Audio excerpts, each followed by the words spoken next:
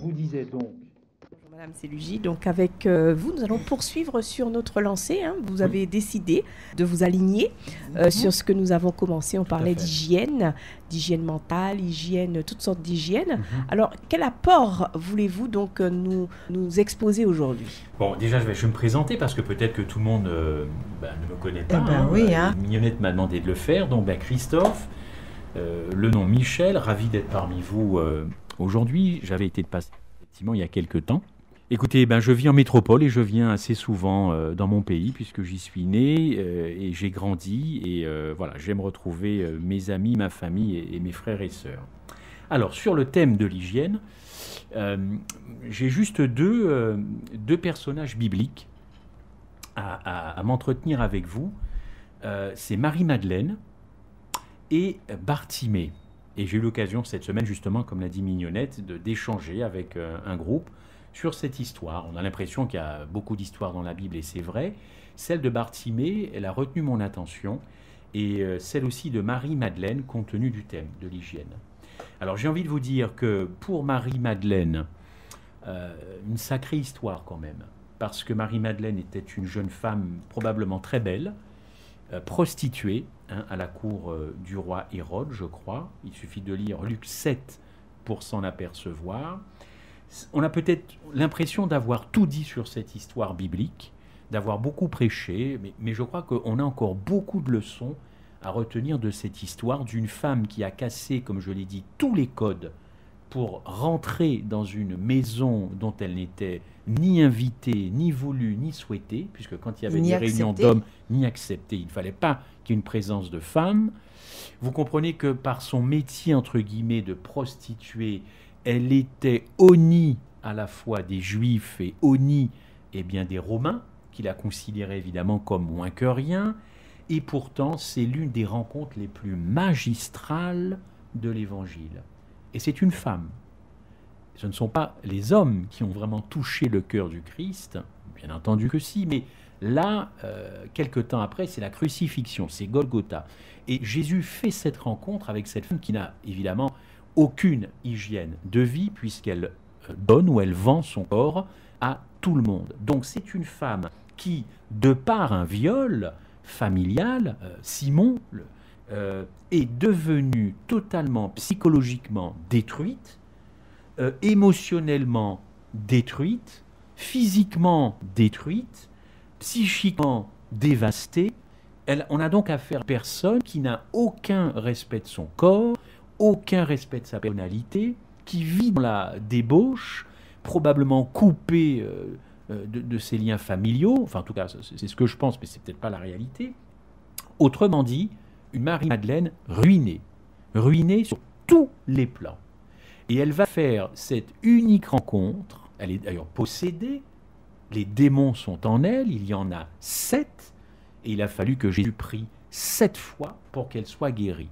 Donc c'est une femme non seulement qui a une hygiène de vie, une vie complètement démantibulée, mais qui elle-même est possédée par le mal. Elle va tout faire pour rencontrer l'unique personne qui a de la considération pour elle. Peut-être qu'il y a des auditeurs et des auditrices qui, dans leur vie, ne se sentent pas considérés, qui considèrent que personne ne fait attention à elle ou à lui. Il y a peut-être des hommes qui vivent ce type de situation. Ils pensent qu'ils sont des moins que rien, qu'ils n'ont pas grand-chose à faire sur cette terre. Mais Marie-Madeleine, elle est dans cet état d'esprit. Et encore une fois, elle va tout faire pour rencontrer, évidemment, son sauveur, évidemment, mais surtout l'unique personne qui va l'aimer. Et c'est l'unique personne dont elle se sent aimée. Jésus-Christ ne va pas faire un grand dialogue. Il ne va pas lui demander de lui raconter les 27 doctrines. Il ne va pas lui demander de lui faire... Jésus ne va pas prêcher. Jésus ne va pas faire une prédication. Il va observer cette femme et il va se laisser faire. Alors je sais qu'aujourd'hui, pour des oreilles peut-être un peu prudes, cette séance paraît peut-être un petit peu douteuse. Une belle femme au pied de Jésus, qui embrasse les pieds de Jésus, qui lui met un parfum de très très cher, une année de salaire. Alors je pense que certains se disent « Oh là là, n'allez pas trop loin, n'allez pas trop loin ». Ben non, on ne va pas aller trop loin. On va juste se concentrer sur cette rencontre merveilleuse. Et encore une fois, Jésus-Christ va se laisser faire. Ensuite, il va prendre la parole. il va s'adresser surtout à Simon qui était offusqué de cette rencontre et évidemment de Judas pour avoir dénoncé une telle somme gaspillée selon lui. Donc voilà, on part d'une situation d'une femme qui ne se considère plus du tout, qui n'a aucun respect d'elle-même et qui va faire encore une fois une rencontre extraordinaire. Elle a eu beaucoup de courage parce qu'à l'époque ce n'était pas facile de braver comme ça les codes à l'époque. Elle va entrer, elle n'est pas encore une fois désirée, elle s'installe et elle fait ce pourquoi elle doit être faite. Et ensuite le dialogue, comme je l'ai dit, va s'installer avec le Christ. Bartimée maintenant. Donc Bartimée, lui, c'est un homme, Bartimée est un mendiant, Bartimée est un aveugle, et lui aussi, il va tout faire pour avoir cette rencontre avec son Sauveur. D'ailleurs, si vous lisez Marc 10, au verset 46 à 52, vous avez la totalité de cette histoire. Alors, j'ai quand même oublié de dire que pour Marie-Madeleine, c'est l'histoire de la Bible, c'est la femme que le monde ne peut pas oublier. Et c'est Jésus lui-même qui dit, cette histoire sera de mémoire racontée pour que ça serve effectivement de témoignage. Et pourtant, il y en a, n'est-ce pas, des histoires dans la Bible. Il y en a des personnages, il y en a du rebondissement. Eh bien non, Jésus a voulu que ce soit cette histoire. Donc, une histoire où c'est un amour qui rencontre l'agapé suprême, il y a une totale transformation. On ne sait plus grand-chose de Marie-Madeleine après cette rencontre à Béthanie, mais sûrement qu'elle a cessé de se prostituer. On ne peut pas rencontrer quelqu'un comme Jésus-Christ et continuer dans l'état où elle était. Donc elle a probablement dû témoigner, et fort heureusement pour nous, ça colle avec l'actu, elle a totalement changé d'hygiène de vie. Et quelqu'un a appelé cette expérience la démonstration de l'amour extravagant. Absolument. Et ça, j'ai trouvé ça vraiment à propos parce que des regards sur elle, des personnes qui la jugeaient, on connaît sa vie, elle connaît sa vie, mais ce qui lui importe pour l'heure, c'est pas ce qu'on pense d'elle. Ce n'est pas ce qu'elle est, mais c'est aller au-devant de celui qui va changer sa vie. Absolument. Et aujourd'hui, nous sommes tous dans une situation où nous devons prendre conscience qu'une seule personne portant une hygiène à notre vie va transformer notre vie. Absolument. Et c'est intéressant, peut-être, je ne suis pas psychologue, mais d'étudier la psychologie de cette femme, évidemment sous le prisme biblique, parce que, encore une fois, pas de grands discours, des actes, elle a posé des actes, et elle a posé un acte totalement désintéressé. Or, l'esprit humain aujourd'hui est très intéressé. Là, elle voulait simplement se sentir aimée, elle voulait apporter du bonheur et surtout un peu de réconfort à ce Christ qui va mourir quelque temps après. Donc, elle n'a pas demandé, Jésus, je veux bien te mettre du parfum sur tes cheveux si tu me sauves, je veux bien mettre du parfum sur tes pieds si tu me sauves. On n'a pas ça dans la Bible. C'est totalement désintéressé. Et nous devons retrouver cet état d'esprit de faire les choses de façon désintéressée. C'est-à-dire de ne rien attendre de l'autre. C'est ça l'agapé, c'est ça le peuple que Christ vient chercher, des gens qui sont totalement désintéressés dans leurs actes. Alors vous allez dire, on en est loin, sûrement, mais moi je ne suis pas un fataliste parce que c'est Christ qui fera ça dans nos vies. Et il l'accomplit, je peux vous en assurer, parce que Marie a eu un tel comportement parce qu'elle se savait aimer. Absolument, ouais. Elle se savait aimer et elle savait que l'amour qui est en face d'elle lui donnait les atouts, la force, la capacité de braver tout ce qu'il y a de contraire. Tout à fait. Et elle se savait aimer. Aujourd'hui, je dois me savoir aimer par celui seul qui sait aimer. Et un amour qui se donne. Et là, comme tu as dit, Christophe, Jésus s'est laissé faire. Et quand nous apportons cet amour à Jésus, Jésus, parce que souvent nous attendons de Jésus. Oui. Mais là, Jésus reçoit l'amour que nous lui donnons. Il reçoit cet amour-là. Il apprécie, il a beaucoup aimé. Et je dirais même qu'il est en quête de cet amour-là. Et il a besoin de se sentir aimé. Jésus a besoin, il faut le dire, le répéter, jusqu'à fermeture de tout. Jésus a besoin de se sentir aimé. Si vous m'aimez, c'est-à-dire qu'il a besoin d'être aimé. Si vous m'aimez. Nous avons dépersonnalisé Jésus-Christ en faisant un sauveur robotique venu sur Terre 33 ans, 3 ans de ministère, c'est bon, il guérit, il fait des miracles, il va à la croix, il ressuscite, il monte au ciel. Voilà, la leçon est apprise, merci beaucoup, je referme ma Bible. Non, non, non, Jésus a été profondément humain, il a besoin de se sentir aimé et il s'est trouvé aimé ce jour-là, non pas par les invités de Simon, surtout pas par Simon lui-même, mais par cette pauvre femme totalement dépravée. Et je vais vous faire remarquer, vous l'avez vu, que Jésus se retourne vers Simon, il lui fait des leçons de morale. Mais quel tact, quelle pédagogie! Il ne fait pas de reproches brusques à Simon.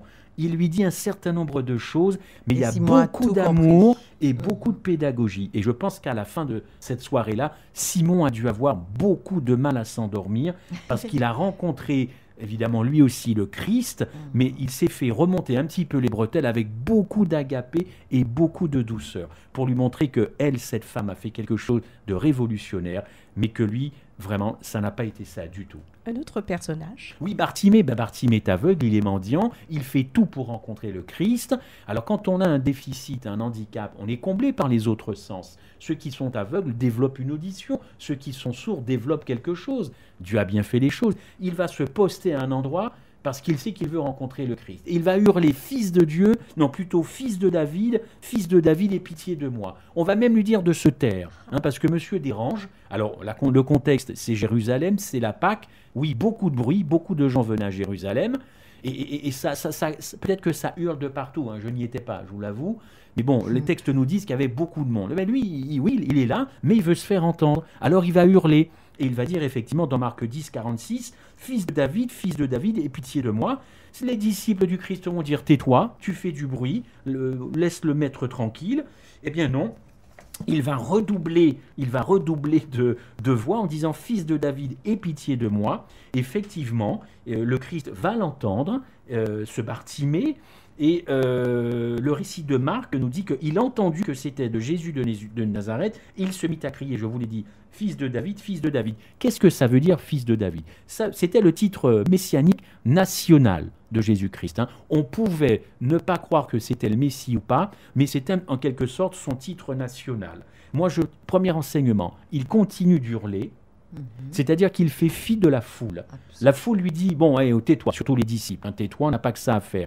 Il va braver la foule, il ne va pas se laisser influencer par la foule, il veut faire cette rencontre, personne ne lui empêchera de faire cette rencontre. Quand le cœur de l'homme veut quelque chose, même dans un domaine qui n'est pas spirituel, eh bien, je peux vous assurer qu'il se donnera les moyens, ce cœur, d'aller au bout. Eh bien, ce Bartimée, il veut aller au bout. Maintenant, où est la foi de Bartimée?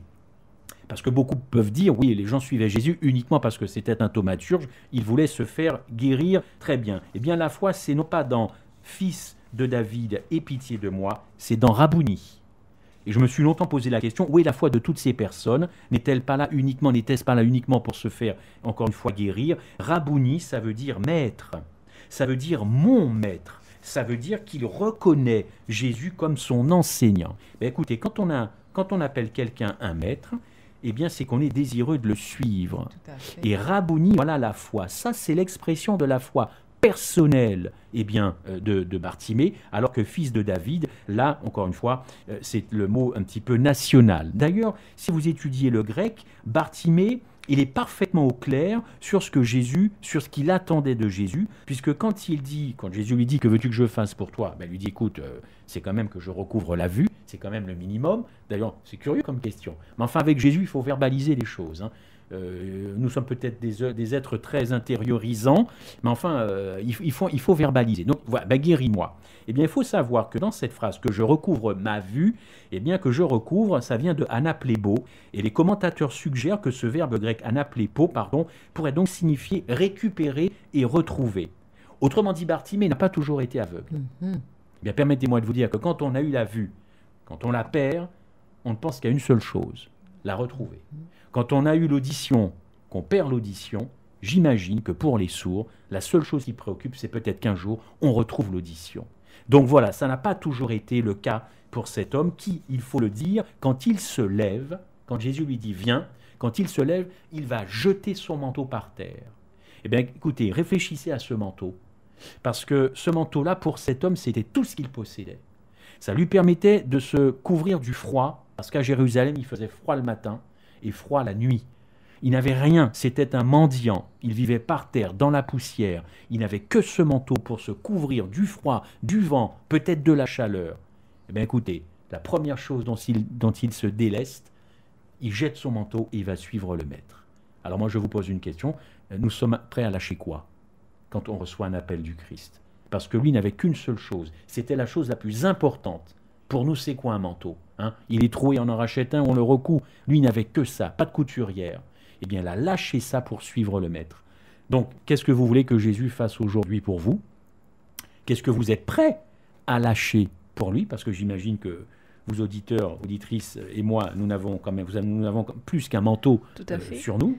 Mais lui, vraiment, il a fait vraiment tout ce qu'il pouvait faire. Il a répondu à l'appel. Il a été prêt quand le Christ lui a dit, ben écoute, viens à moi. Et surtout, cette foule qui voulait le faire taire, eh bien, il a bravé cette foule. Et ce n'est pas à la foule de nous dicter ce que nous avons à dire, ce que nous avons à penser. Il ne faut pas se laisser influencer.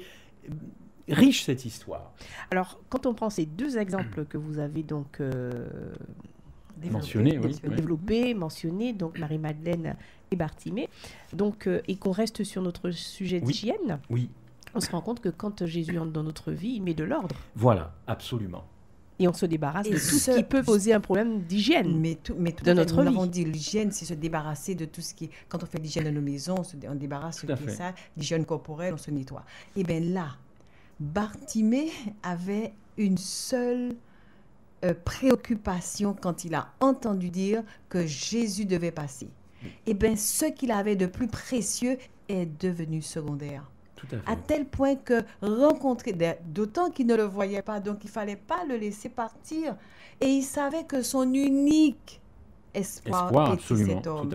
Marie-Madeleine savait que son unique espoir, la personne qu'il a jamais aimée, est là. Et quand nous disons qu'est-ce que nous autres avons à lâcher pour aller vers Jésus, je pense que nous sommes prêts à lâcher beaucoup de choses. Mais la chose essentielle... Pas forcément. On n'est pas prêt à lâcher la force. Peut-être, mais même quand on serait prêt à lâcher beaucoup de choses, mais à se garder soi. Alors qu'en réalité, c'est nous que nous devons offrir. Absolument. C'est nous, car Jésus nous dit, si tu veux venir après moi, Mignonnette tient trop de place dans ta vie, ben lâche Mignonnette. Alors si Mignonnette devient secondaire, moi je deviendrai le premier. Et quand je comprends qui est Jésus, ce que Jésus propose, ce que Jésus donne, eh bien, même si Mignonnette était la personne la plus extraordinaire du monde à mes yeux, eh bien, elle devient secondaire. Et là, je suis prête à la lâcher. Notre problématique, c'est qu'aujourd'hui encore, nous restons le numéro 1 de notre vie. Et c'est ça qui fait obstacle entre cette rencontre. Bon, on va lâcher le travail, on va lâcher l'argent, on va lâcher les enfants, on va lâcher. On ne se lâche pas soi. Absolument. Et c'est ça que Jésus veut. Il ne te dit pas, quand tu veux venir avec moi, laisse ta maison, laisse ton travail. Renonce à toi-même. Et c'est ça qui est le plus, je ne dis pas le plus difficile, je dirais impossible. Et c'est ça l'œuvre de l'Esprit. Car sans l'Esprit Saint, même pas nos maisons, même pas on ne peut rien lâcher. Mais l'Esprit Saint nous conduit à reconnaître l'essentiel, qui est cette rencontre avec Jésus, cette vie avec Jésus. Et les deux exemples que nous avons eus, c'était des personnes vraiment, je ne dis pas les parias, mais je veux dire les personnes... Oui, presque, parce qu'il y a vrai dénuement. C'était détesté de la population. Alors, pour Marie-Madeleine, oui, pour Bartimée, oui, les mendiants, c'était des moins que rien. Franchement, oui, tout à fait, absolument. Qu'est-ce qu'on peut tirer de cet homme-là? Et vous remarquerez, c'est quand même malheureux, plus les gens sont dans le dénuement, plus ils sont prêts à accepter le Christ. Ils ont le choix. Ils ont tout à gagner.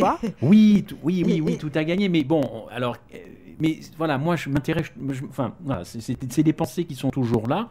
Pourquoi le cœur qui répond, voilà, ce sont des gens qui n'ont pas forcément grand-chose. Et quand vous commencez à avoir les tiroirs remplis, les armoires remplies de toutes sortes de choses, vous ne répondez pas forcément à cet appel. Alors ça ne veut pas dire qu'il faut devenir pauvre, mendiant et aveugle pour accepter le Christ. Mais sur l'hygiène, c'est deux destinées qui ont complètement changé. Bartimée, le texte nous dit qu'il s'est mis à suivre Jésus.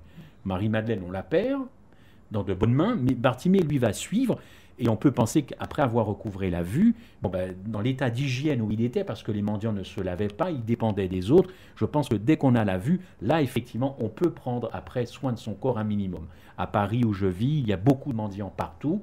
quand ils vous demandent de l'argent, la première chose qu'ils vous disent dans le métro, donnez-moi un petit peu d'argent pour rester propre. L'hygiène mentale, c'est faite. Voilà.